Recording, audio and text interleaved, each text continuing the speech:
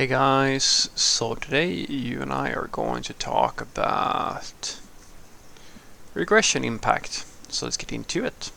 So the question in question was, Frederick, what hypothetical question? If you have joined a new member in as a new member in a project as the tech lead, all the previous team members have left. There is minimum documentation to help. The client has suggested a few changes that might cause regression impacts. How will you analyze the impacts? Well, I have to understand the usage of the system first. Like, what part does this system play within the series of events that take place around it, basically? In other words, if let's say that this thing breaks, well, how much damage does that actually have? Like, what is the end state? What happens? A simple example would be if you have a graphical interface and something happens with the JavaScript or the CSS or something like that that makes it impossible to interact with the interface. It's like just stops. It doesn't do anything when you click buttons or submit forms or anything like that. If that happens, there is a certain impact, like you might block people from using the site. That's of course very bad, but it's a different thing if, let's say, that the data model is wrong and all of a sudden you're pushing data into a database that is incorrect, and now you have an inconsistent database state, for example, which is a much bigger problem because now you have a persisted state that might need cleanup if you need to undo it or things like that. Or, there's another scenario where, well, if you have third-party integrations, that makes it even more complicated. You might have metrics gathering systems, or you might have collaborating, or other companies that work with you that rely on the data in a certain format, or that certain events should take place. So the first thing is to map out what are the events that are going to take place or related to this feature. What is this feature's function within the ecosystem that you find yourself? Once you have that, then you can sort of reason about what the impact is going to be if something goes wrong. And then of course you have to think about, like, well, what is this change that you're going to make? Because anything can go wrong technically. And so what you're looking for is, okay, if you're going to go from having this state over to this state, like this update that you're gonna make, what are you changing about the current behavior? What is going to be different?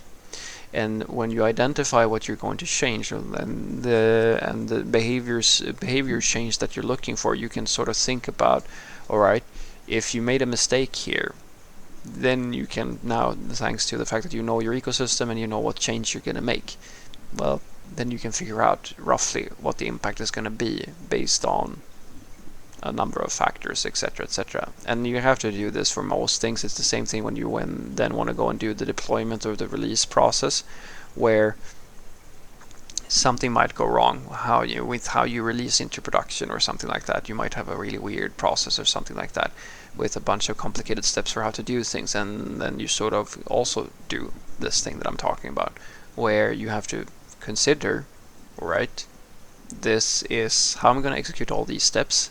These are the things that might go wrong, or like this, and if these things go wrong, what state will I be in? It's really not that complicated. The real challenge is, how do you validate that you are in the state that you want to be, which is basically, is the system working? Do you have any bugs? Did you make any mistakes, etc., etc.? That's the thing that is difficult. Understanding what might go wrong is, in my opinion, not so difficult, because this is how you do everything, basically. Like, you understand your environment and what that environment, how it works, and then when you understand that environment, you sort of inherently should know, if you move around stuff or you do things, what effect does that have on the environment? Well, hopefully not all the environments, I promise you that much, but code is less complicated than the other environments that we have.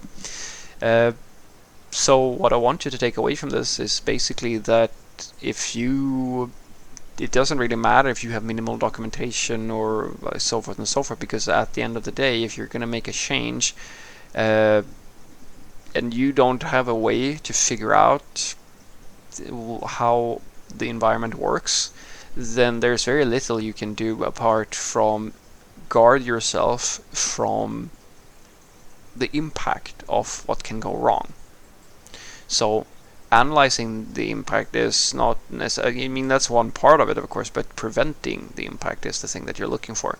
So as I said, an example would be if you're going to ship a feature that might not have a state or something like that, like let's just say that it's an interaction, it's a transient thing, well, then rollbacks and feature flags are a very good thing, where it doesn't matter if it's broken, because the way back to the pristine, like the previous state, going back is so cheap that it makes no difference. You can ship that thing, flip a value, try out the feature, see that it works in accordance with whoever knows what the expectations are, and then either ship it for real if you're doing feature flagging, or if something's wrong, you roll it back.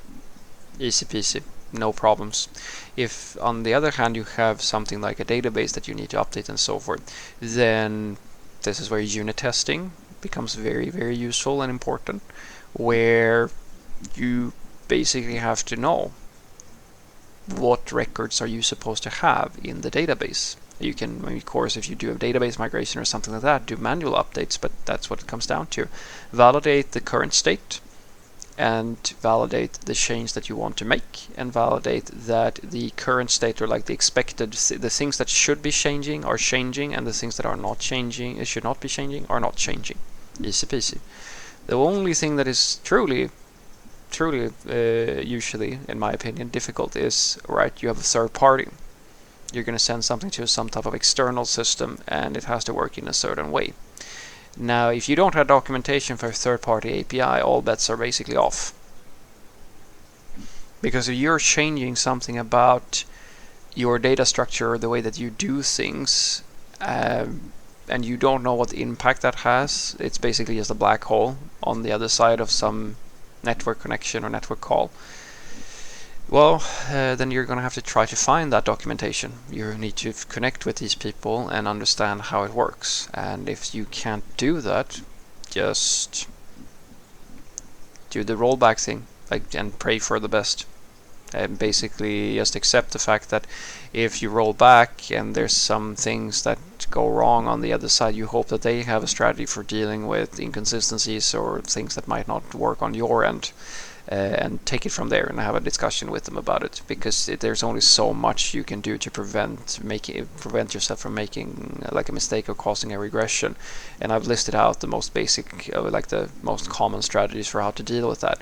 But even you have, like, I promise you will have limitations as to how far you can get down to securing yourself from making a mistake before there is no point anymore. Like you're simply gonna, it's simply gonna cost too much for you to be completely sure that there is no regression. I mean, these are the normal things, but you could do really insane things like have duplicated systems, or like run things in for months in a test environment. Like there's tons of stuff that you could do depending on how critical these features are. But on average, these are the methods I think that you should apply. Have a great day.